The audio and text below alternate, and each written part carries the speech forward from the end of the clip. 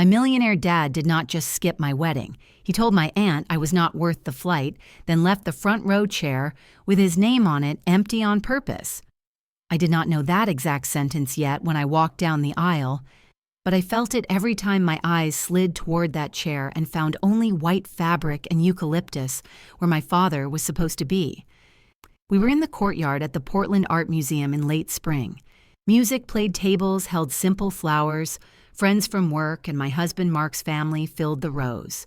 At the very front sat one reserved seat with a wooden sign that read, "Father of the Bride." People saw it as they took their places. Some gave me that careful smile people use when they sense something is wrong. Some pretended not to notice when the officiant checked the time and the chair stayed empty.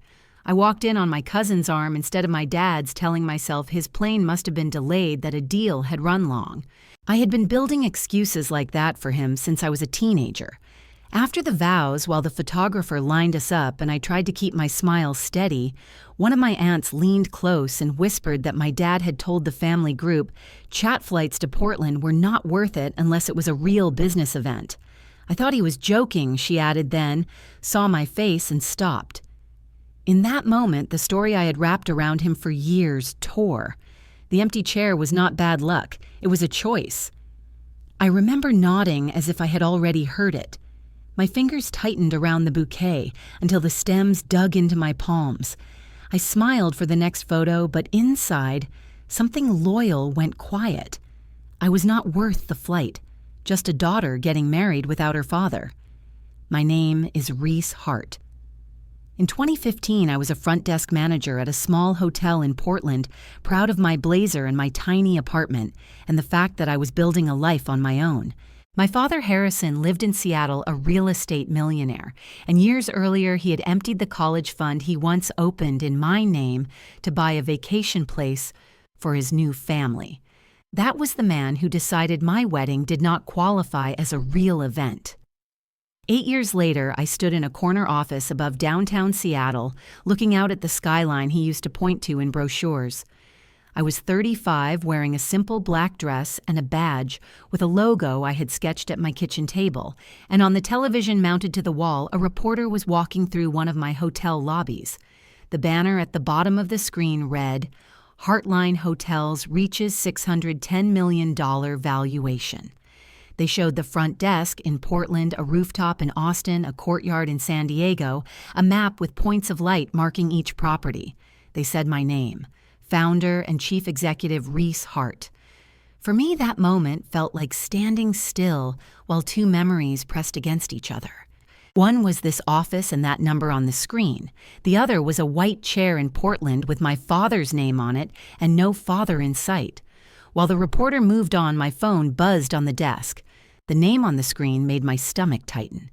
Dad. Harrison Hart. I opened the message. I saw the news. "I am proud of you. We should reconnect. Family matters." 3 short lines arriving years after an empty chair and a drained college account, and a long stretch of silence. Proud landed on top of that whisper about flights not being worth it. Family matters echoed against vows he had chosen not to hear. I read the message twice and set the phone back down without replying. By the time those words reached me, I had already done the hard parts without him. I had paid every semester with loans and extra shifts. I had signed every loan and every deed myself. I had sat across from investors with no father in the room. Every key on every board behind every front desk in that segment existed because I kept going after he called my plans unrealistic. My father did not know that this $610 million hotel chain he was suddenly eager to stand beside did not carry his name on a single document. Every key was mine to turn. None of them opened a door back into the version of family he had walked away from. He ignored my wedding, emptied my college fund, and dismissed my plans as naive. The day my $610 million hotel chain made headlines, he finally remembered he had a daughter he could text. If you are still here with me, just drop a listening in the comments or tell me where you are watching from. Stories like this feel a little less heavy when you know someone out there is hearing them. When I look back at those years in Tacoma, I see a girl who still believed promises meant something simply because a parent said them. From the time I was little, my father, Harrison, kept a college fund in my name. He opened it when I was maybe 6, and he would tap the folder with his finger and say, "This is for your future. We take care of our own." I believed him because children believe anything spoken with confidence. By the time I was 15, he had already become a millionaire through buying and flipping houses, managing small warehouses, and picking up duplex rentals that always seemed to produce tenants the moment he needed them. He moved us into a nicer place on the edge of Tacoma and married Linda, who smiled brightly when guests were around and tightened her mouth when it was just the 3 of us. I tried to stay out of her way, which worked most days until junior year when college letters started showing up with my name on them. In 2005, when I was 17, I received acceptance information from programs in Portland, Seattle, and Denver for hospitality management. I had worked at a small cafe by then, and I loved the rhythm of helping people settle into a space that was not their home, but could feel like one for a moment. I thought hospitality was a way to build something steady and human. One evening after dinner, I brought the letters to my father. I told him I wanted to go to Portland or maybe stay nearby in Seattle. I waited for the proud look parents have when they see possibility in their children. Instead, he leaned back in his chair and folded his arms while Linda watched with an expression that was almost amused. Harrison said he had already used most of the college fund. He said it casually as if we were discussing weather. I remember staring at him, not understanding the sentence. He explained that he had taken the money to buy a vacation cabin in Leavenworth for Linda and her kids because they needed space for holidays and because real estate was a smarter investment than letting money sit idle. He looked at me and said, "You can get loans, they cannot. You are young, you will figure it out," Linda added. Besides, hospitality is just glorified customer service. The way she said it made me feel like I was foolish for wanting anything at all. I felt something cold slide through me. Not anger yet, because I was too stunned for that. Just a quiet hollowing out. I asked, "So there is nothing left for my tuition?" He shrugged and said, "There is always work. If you really want it, you will work for it." I carried the letters back to my room and sat on the floor with them around me. Later that night, I logged into the bank account and stared at the balance. It was nearly empty. The number looked like a punchline. On the refrigerator the next morning, there was a picture of the cabin printed from an email with the caption "Family Investment." I touched the edge of the paper and wondered if that family included me. A few days later, I went to the school counselor and asked for information about student loans. I filled out forms quietly without telling my father. I applied for a part-time job at a nearby motel and also picked up weekend shifts at a Starbucks down the street. If education was something I had to earn myself, then I would. But something changed in me during that time. I started keeping records of everything. I saved every promise he made about money, every email from a bank, every statement that came in the mail. I kept notes in a small notebook about what was spent, where, and why. It was not spite, it was survival. I had learned that spoken promises vanish while written ones stay. That habit would become my pattern for the rest of my life, the quiet discipline of playing with documents when others played with excuses. On a cold morning in late 2005, I accepted the financial aid package from Portland and then walked to my room, closing the door behind me. I sat at my desk and wrote one sentence on a piece of paper before placing it inside the notebook where I kept all the records. If my education was not worth his money, my future would not carry his name. I did not know then where that sentence would lead me, but it was the first line in a life that would eventually make my father regret every decision he thought I was too young to remember. By the time my wedding arrived in 2015, I had already learned how to steady myself through disappointments, but a small, fragile hope still lived somewhere inside me. I had graduated in 2010, working my way up from front desk associate to front desk supervisor at a boutique hotel in Portland. I was 27 and engaged to a man who saw me not as a burden to invest in, but as someone who built her own footing inch by inch. When we began planning the wedding, I hesitated before adding my father to the guest list. Part of me wanted to protect myself from another financial excuse or dismissive remark, but another part wanted to believe he might show up for something that mattered to me. I sent him an email along with a formal invitation addressed to Seattle. I wrote warmly, hoping to make it easy for him to say yes.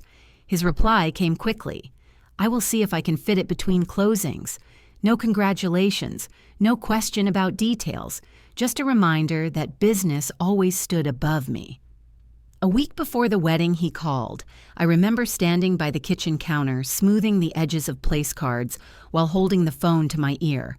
"Portland is not exactly a profitable trip. I am busy, we will see," he said.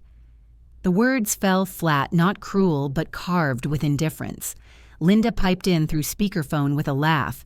"You kids can FaceTime us. Weddings are more for the bride's side anyway." I murmured something polite and hung up quietly. I knew better than to expect anything different, but expectation is not always logical. There was still a part of me hoping he might surprise me. The morning of the wedding was soft and bright. The ceremony took place at the Portland Art Museum in the courtyard garden where sunlight threaded through branches and caught the tops of the white chairs arranged in rows. Flowers lined the aisle, and a gentle summer breeze lifted the veil at my shoulder. Guests began filling the seats. The air smelled like roses and polished wood from the reception tables. My future husband stood waiting under an arch draped in greenery and soft fabric. Music swelled lightly. Everything looked exactly the way I had dreamed, except for the chair in the first row marked "Father of the Bride." It was wrapped neatly in white fabric with a small floral arrangement tied to the arm. People glanced at it as they took their seats. Someone from my husband's side whispered something sympathetic. A cousin leaned toward me and asked, "Where is your dad?" I gave the practiced, gentle lie he got tied up with a project. The ceremony moved beautifully. I smiled for pictures. I held onto my bouquet with both hands, partly to keep myself grounded, partly to keep my fingers from trembling. After the vows, after the champagne toast, after the photos with friends, a relative of mine, an aunt who never quite mastered subtlety, approached with a glass in her hand. She said, "I thought your dad would surprise everyone, but he told us he does not fly out unless it is a major corporate thing. I thought he was joking." I felt the words strike some quiet place inside me. I smiled because that is what you do at your own wedding. But my eyes drifted to that father of the bride chair, still empty, still perfectly unbothered by the fact that no one had ever sat there. The reception lights glowed warmly around us, guests laughing plates, clinking silverware hitting china, but my mind kept circling that one line. To him, my wedding was not a deal big enough to justify a flight, not worth the cost, not worth the time, not worth the presence. And the strange thing was, I did not break. I did not walk away or cry in the bathroom or lash out. I simply felt something settle inside me, something I would not fully name until years later. It was the understanding that to my father, events only mattered when they offered him leverage or status or return on investment. Family did not. Not really. I danced with my husband and thanked people for coming and let the happiness of the day wrap around me because this moment belonged to the life I was choosing, not the one I came from. Yet between songs, between laughter, my eyes kept flicking to the empty chair as if it were a reminder, a soft, cruel echo that whispered, "Do not forget this." And I did not. That night, when everyone had gone home and the lights were dimmed and bouquets rested quietly on tables, I slipped my hand along the back of the empty chair. It was cool to the touch, a small symbol of something I needed to accept. The next morning, while packing up decorations, I folded the name card that read, "Father of the Bride," and placed it into a small box of keepsakes, not to hold on to the pain, but to remember the lesson that day carved into me. That empty chair in 2015 was the last invitation I ever sent him. Moving into 2016 felt like stepping onto a blank page. After the wedding and the quiet acceptance that my father would never be a presence, I could rely on my husband, and I packed what little we had and moved north to Seattle. We rented a small apartment in Capitol Hill, wedged between older brick buildings and narrow streets, lined with coffee shops that always smelled of espresso and rain. The apartment was small, but it felt like a starting point, a place where both of us could imagine building a life we shaped, rather than one dictated by anyone else. I kept working front desk for a few months, but something kept tugging at me every time I walked past short-term rentals or saw listings pop up on local boards. I remembered how much I liked creating a sense of welcome when I worked in hospitality and wondered what it might feel like to create something that belonged to me instead of a hotel chain. So I took a risk. I convinced our landlord to let us sublease the extra room as an Airbnb after redesigning it myself. I spent evenings painting the walls, fixing small details, hanging lights, rearranging furniture, polishing every inch so a stranger could walk in and feel held by the space. The first guest arrived on a rainy Thursday night and left a glowing review. Then another came, and then another. Every night I washed linens by hand because we did not yet have a washer that could handle the load. I scrubbed the bathroom, answered every message, updated the listing to reflect even the slightest improvement. There was something grounding about the work. I could see results. I could shape them. By mid-2017, we expanded from 1 unit to 3. I found 2 more small apartments nearby and negotiated short leases so I could furnish them myself. The hours were long. Some nights I fell asleep replying to questions from travelers in different time zones, but the bookings grew steadily. My husband helped when he could, but the core of it was mine. I was the one taking responsibility for every detail. Around that time, I started wondering whether this could become something bigger. I toured a run-down duplex in a quieter part of Queen Anne. It was old cracked paint, sagging porch, broken blinds, but I saw what it could be. A 6-room conversion offering something between a boutique stay and a neighborhood refuge. I applied for an SBA loan sitting across from a banker who asked pointed questions about occupancy projections and renovation costs. I came prepared with spreadsheets I had built late at night and a plan sketched out in a notebook that still carried faint coffee stains. The loan was approved at a rate I could handle. When we closed and I held those first keys, I felt an unexpected rush in my chest. Not pride exactly, but possibility. We renovated the duplex over several months. I hired contractors for the heavy work, but I painted walls myself and picked every piece of furniture, making sure each room had character without being cluttered. Guests began leaving long, thoughtful reviews praising the comfort and warmth of the place, and soon the 6 rooms were booked more often than not. In early 2018, I saw a listing for a small 10-room building near downtown Seattle. It was worn down and ignored by bigger developers, but I knew instantly it was the next step. I spoke to the bank again, used the growing income from the duplex and Airbnb units as proof of capacity, and secured another SBA loan. That building became Heartline Seattle, the first mini hotel that truly felt like a part of me. I handled vendor contracts, insurance, fire inspection, licensing, payroll, utilities. Every form came through my hands. Every signature belonged to me. That was when I officially formed Heartline Hospitality LLC with 100% voting control under my name. My husband had a minority stake because he supported me, but the decisions and risk were mine alone. I read every clause in every agreement and kept both digital and hard copies organized in binders that I updated weekly. The work was exhausting, but deeply affirming. Sometimes, late at night, when I carried laundry baskets down the hall or answered another guest inquiry, I wondered whether my father had heard anything about what I was building. I did not hear from him directly, but through an uncle, I learned he had made a dismissive remark. Airbnb and these little things, not real business. She will tire herself out. I remember sitting on the edge of my bed, hearing those words relayed to me and feeling a small ache in my chest. But it did not surprise me. It only sharpened my focus. His voice had been pushing me down for years, and I would not let it define this chapter. I took that dismissal and turned it into fuel. Each renovation, each booking, each review became part of a quiet rebellion.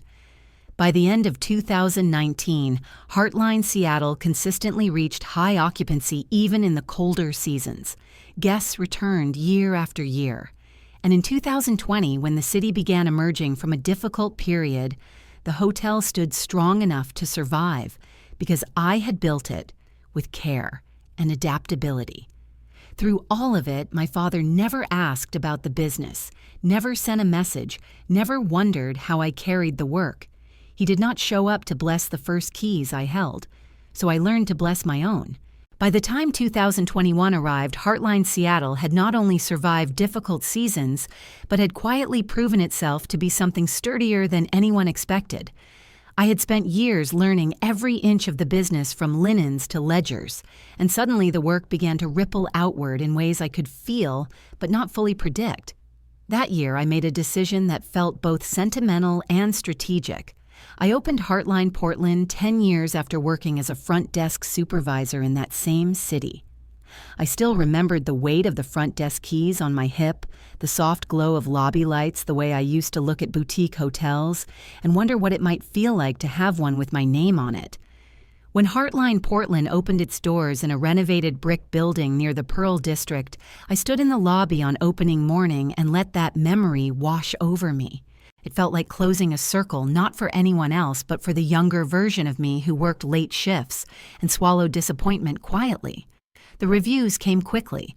Travelers praised the warmth of the staff, the thoughtful design, the comfort that felt intentional rather than expensive. Occupancy rose steadily even during off-seasons. Travel blogs began featuring Heartline as an emerging boutique chain that valued human touch over grandiosity. In 2022, I expanded again, opening Heartline Austin and Heartline San Diego. Each location carried a different personality tailored to its city, yet shared the same backbone of care and consistency that I had built from the first Airbnb room. This was when investors from larger markets began reaching out. One group from San Francisco approached me with interest so persistent it felt like a tide. They studied the numbers, met with my team, toured the properties, and asked every detailed question about projections and staffing. Then in early 2023, they proposed a deal that would scale Heartline faster than I could have done alone.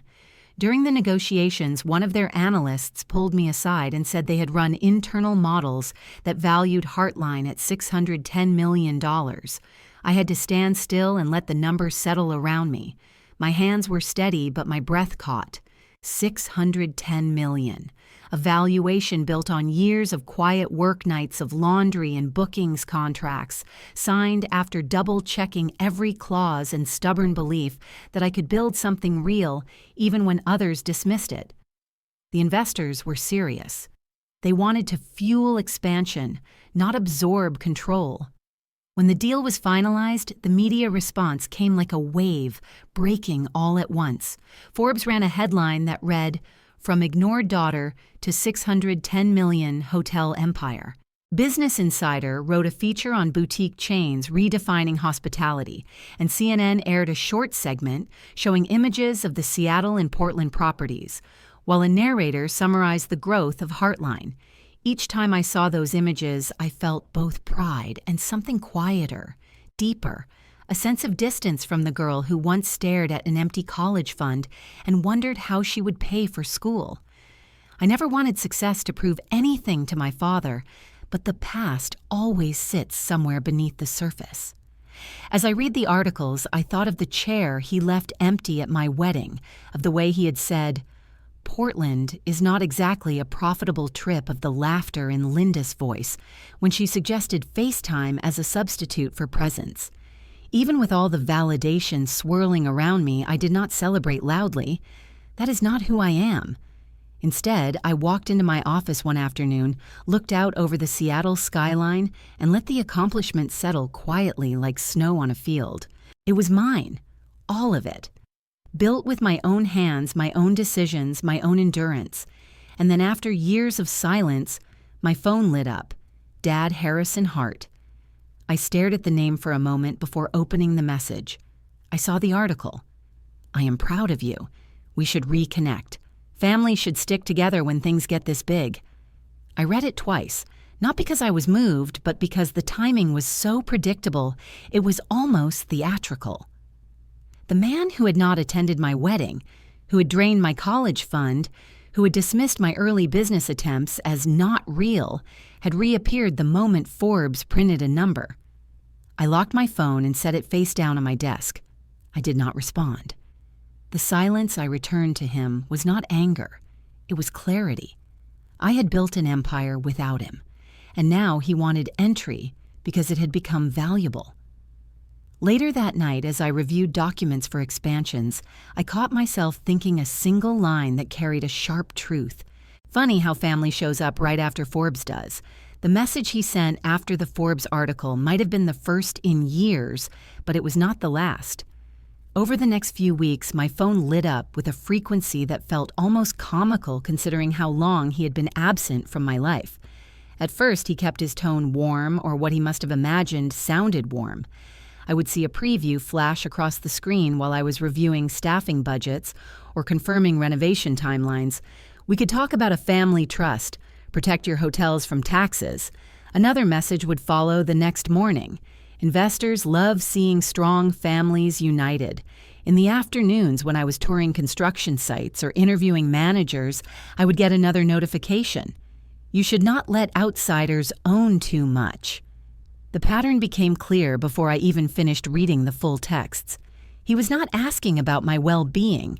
He was not asking how I navigated those early years or how many nights I stayed up washing linens while growing a business with no backup. He was circling my success like it was an asset he could fold into something of his own. Then Linda began messaging me separately. Her tone was softer, but the intent was unmistakable.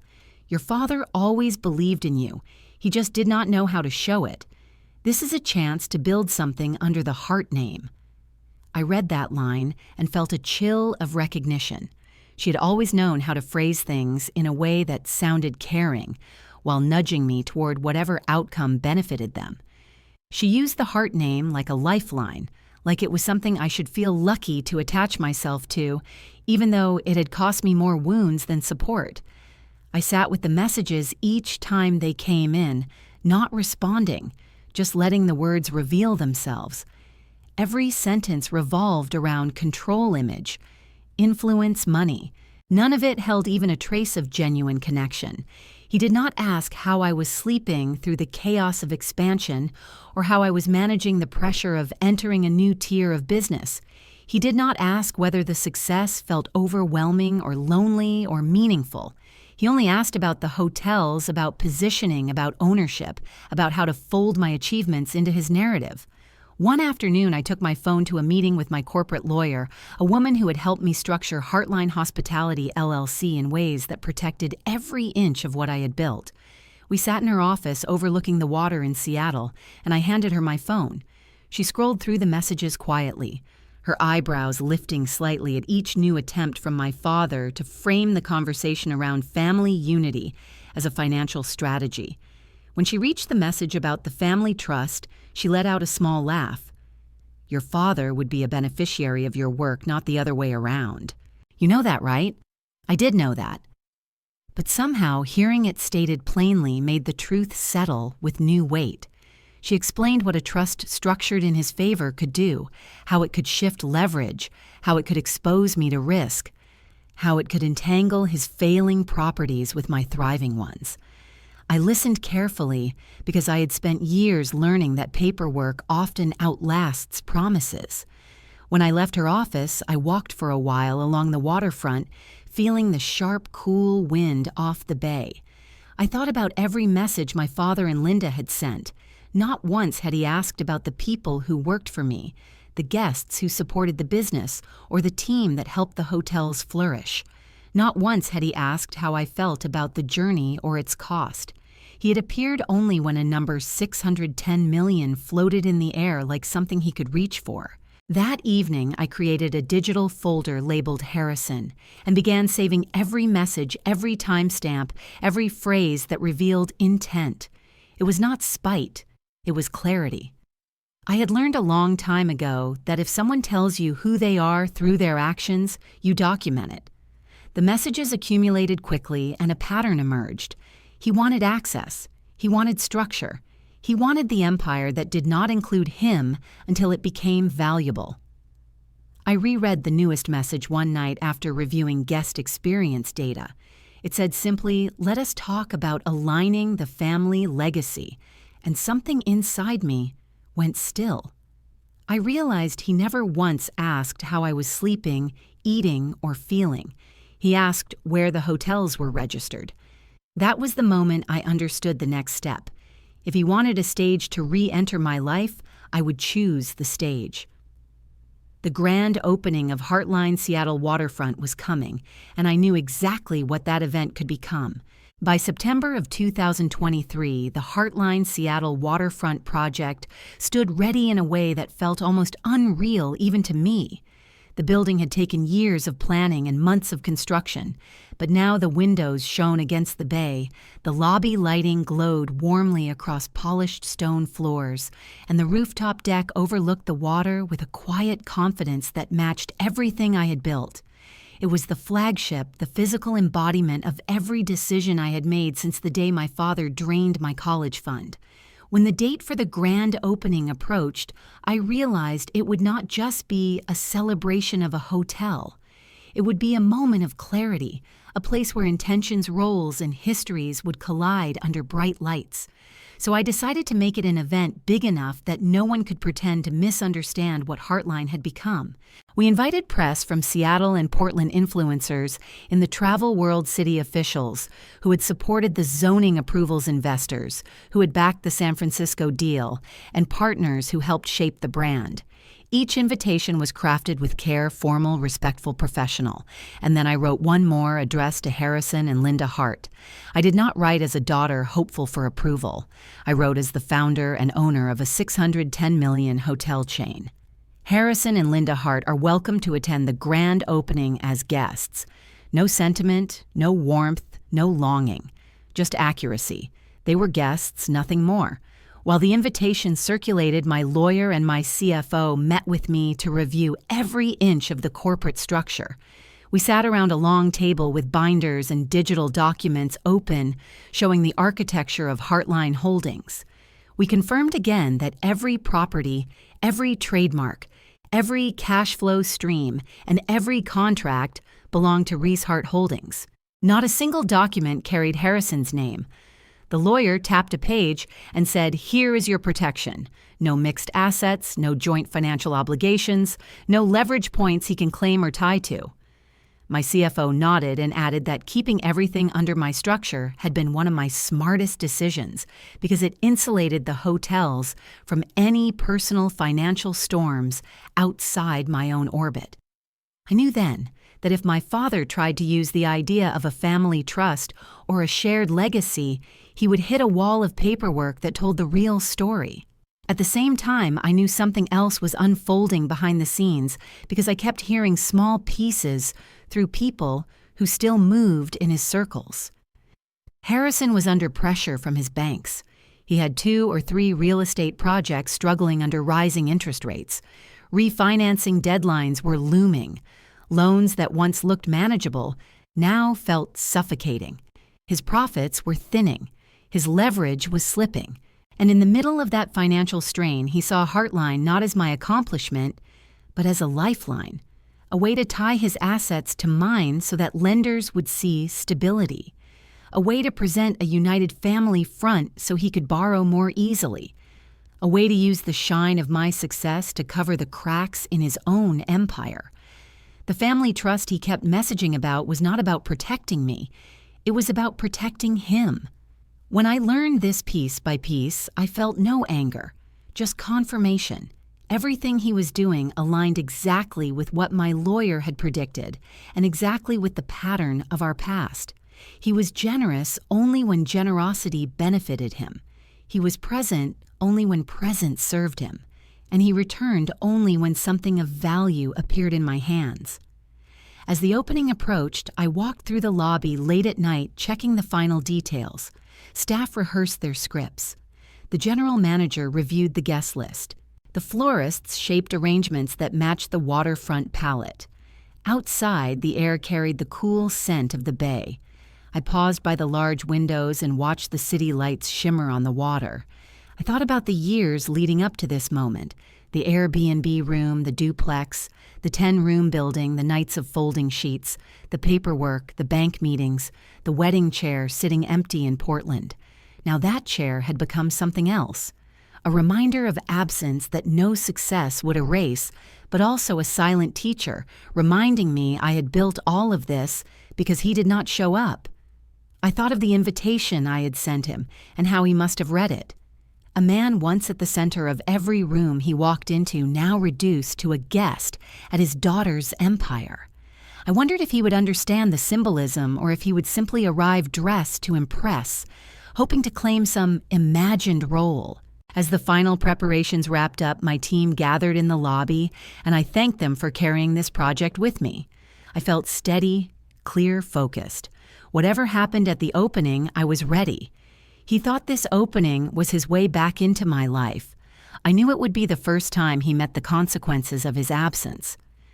The morning of the grand opening arrived with a clean blue sky stretched across Elliott Bay, and a soft breeze rolling off the water that made the flags outside the entrance lift gently. Guests filtered through the glass doors while cameras clicked, and the soft hum of conversation filled the lobby. I stood near the ribbon with my general manager reviewing the program when the room seemed to shift slightly and people began glancing toward the entrance. Harrison and Linda had arrived.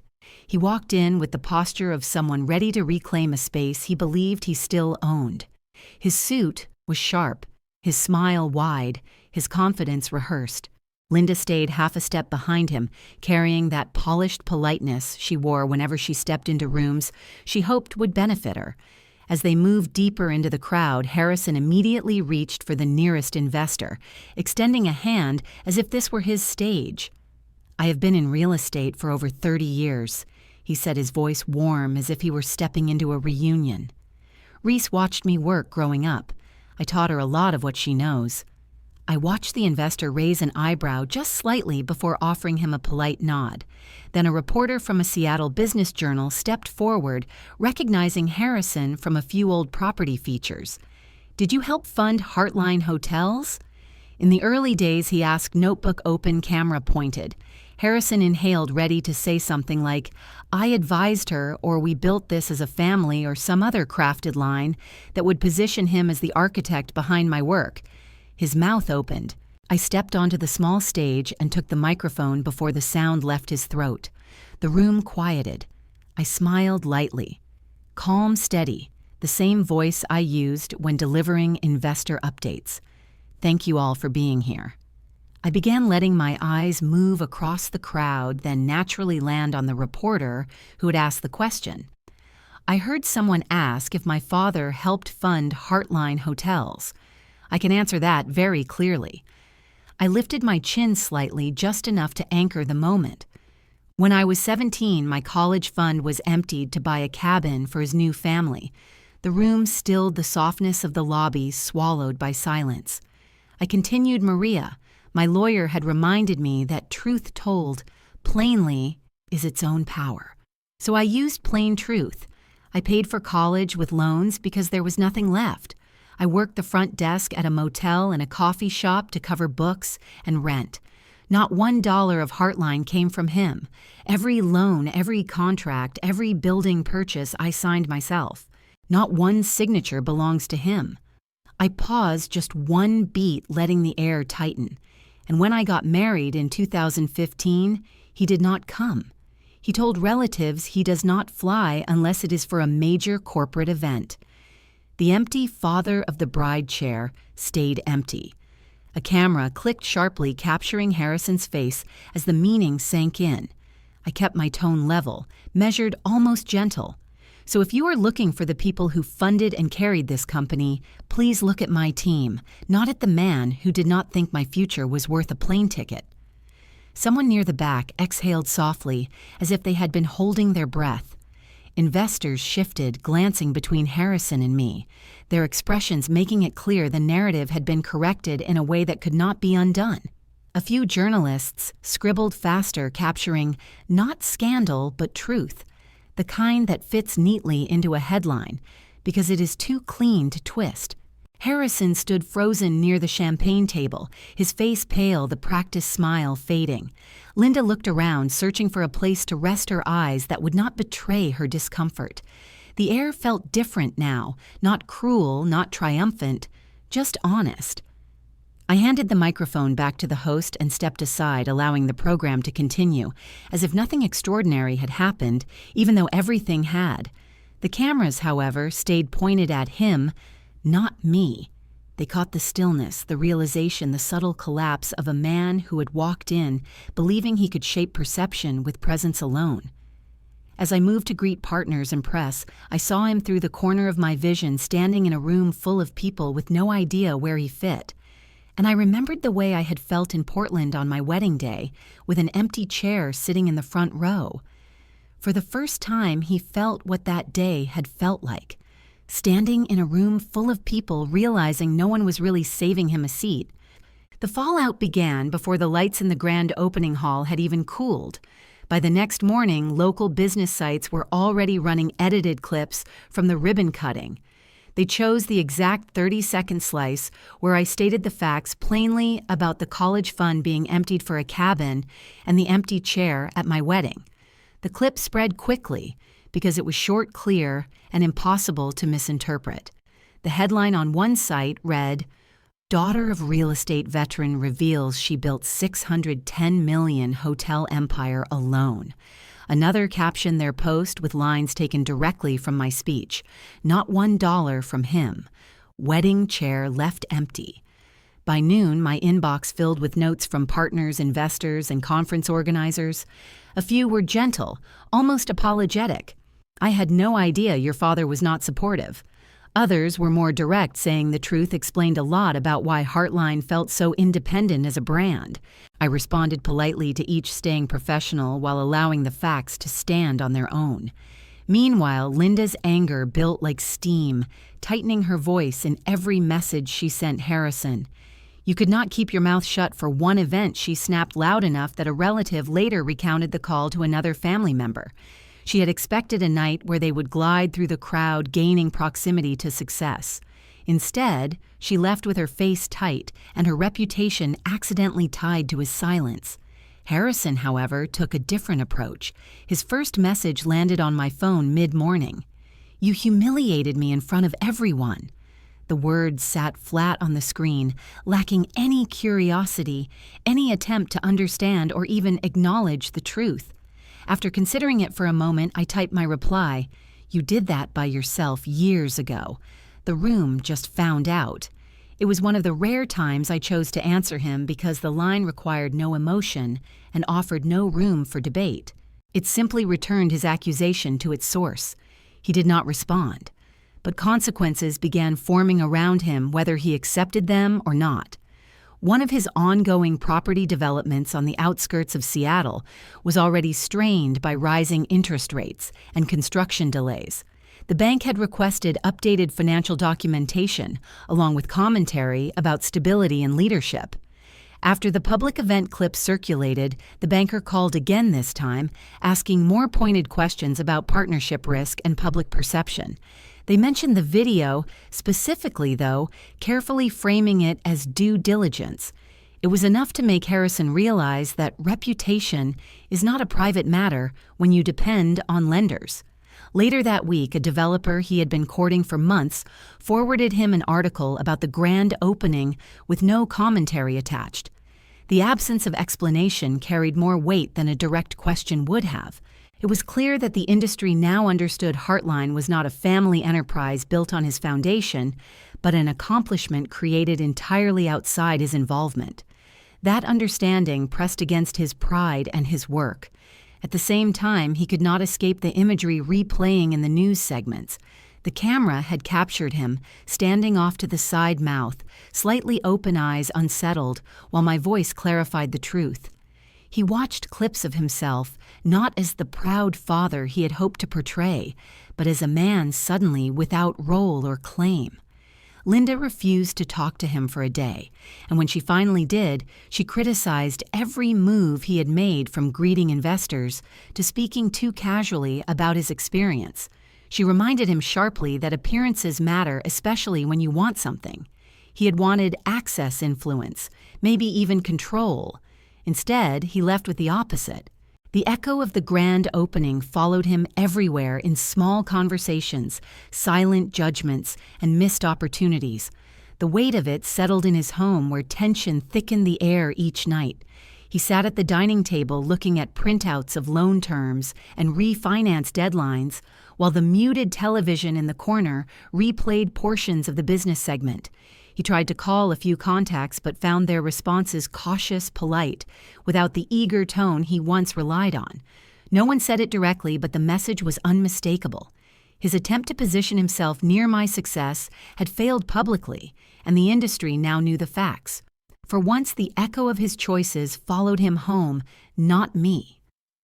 By October 2023, the noise around the grand opening had quieted everywhere except in the one place that mattered most to Harrison, his own life. Projects were wobbling under rate hikes. Meetings that once felt effortless now came with careful pauses. And so he asked to meet me privately, sending a short message through my assistant requesting time in my Seattle office. He arrived alone without Linda, as if shedding her presence might make him more believable.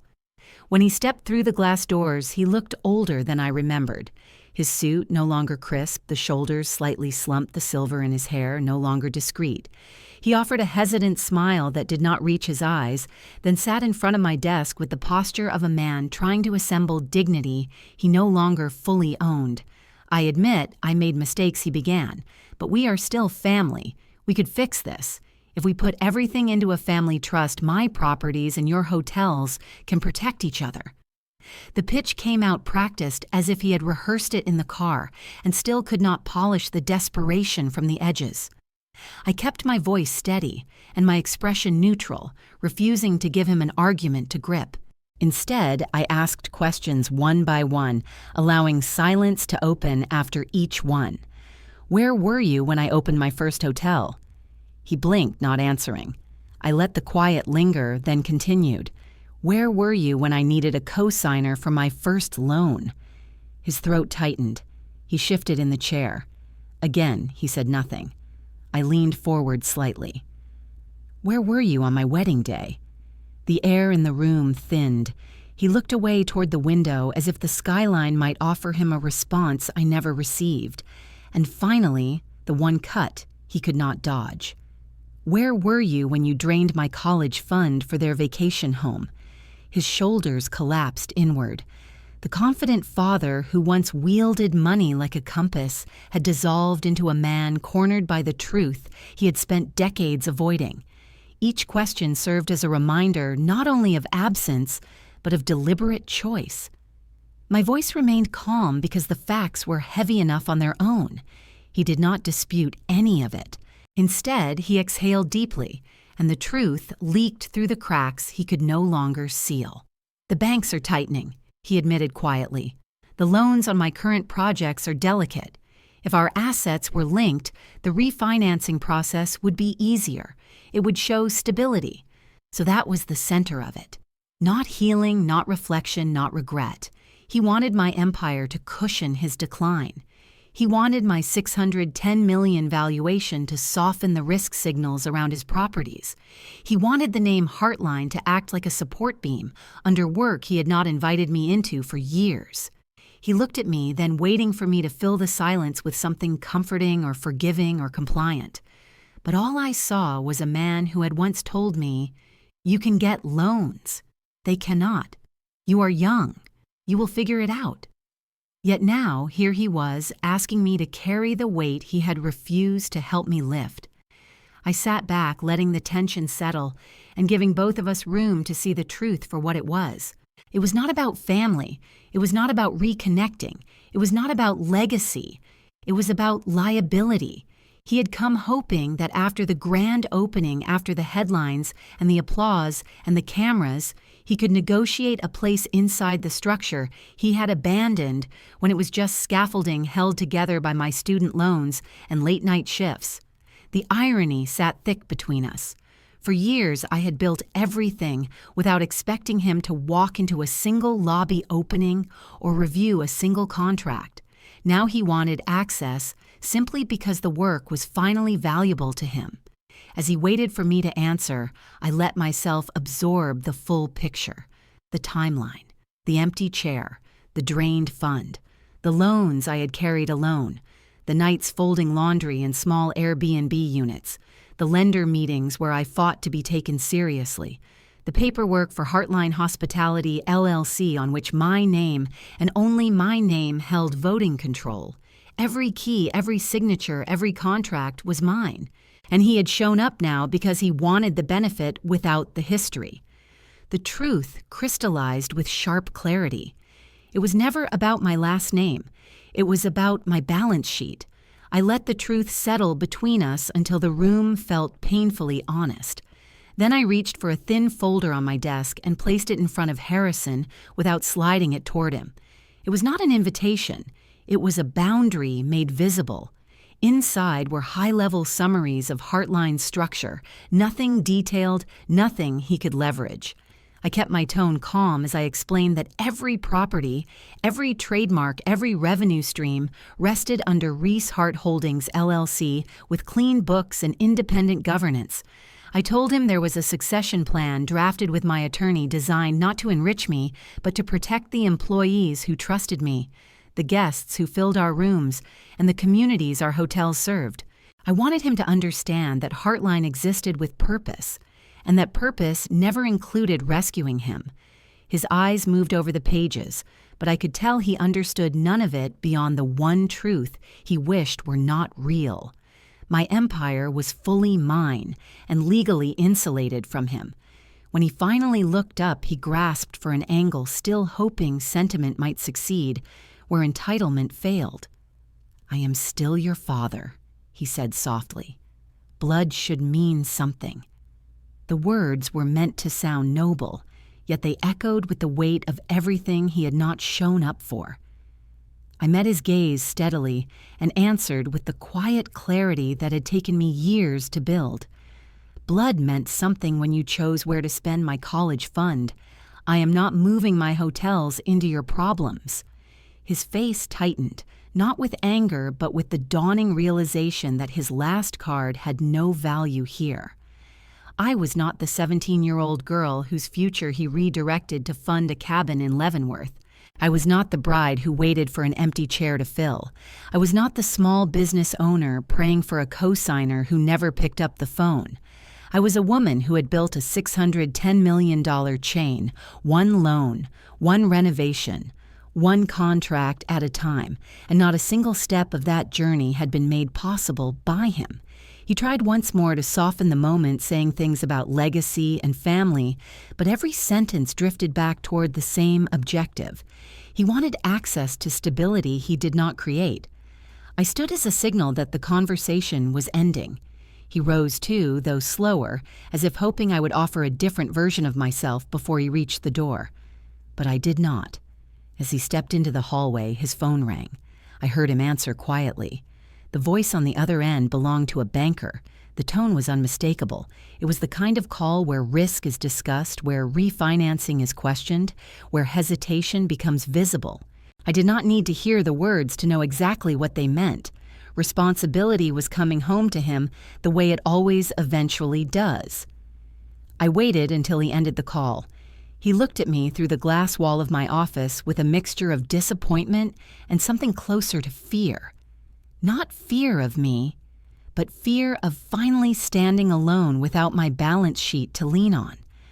I did not open the door. I did not offer comfort. I did not offer a lifeline.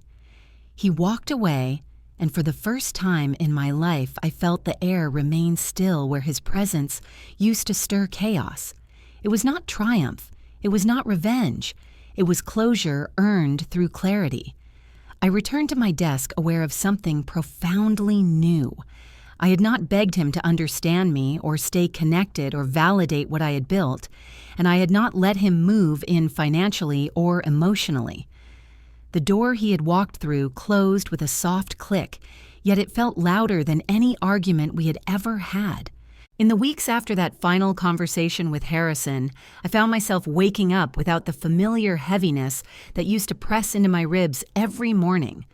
There was no lingering question about whether I had been too harsh and no instinct to check my phone for a follow-up message that never arrived. Instead, there was a strange new clarity, a quiet space where pain used to sit, and I realized I wanted to do something meaningful with it. Not for him, for the girl I used to be, and for the girls who were standing where I once stood. So I drove to Tacoma on a chilly morning in early November, returning to the city where I had first learned what it felt like to be considered not worth investing in. The community college had a small hospitality program tucked between business administration and culinary arts. I met with the program director and explained the idea I had carried with me since the day my father told my aunt I was not worth the flight. I wanted to start a scholarship fund for students whose families dismissed hospitality as a real future. I wanted to call it the Worth the Flight Scholarship. The director blinked at me in a quiet, stunned way, and then nodded as if the name alone carried the entire story.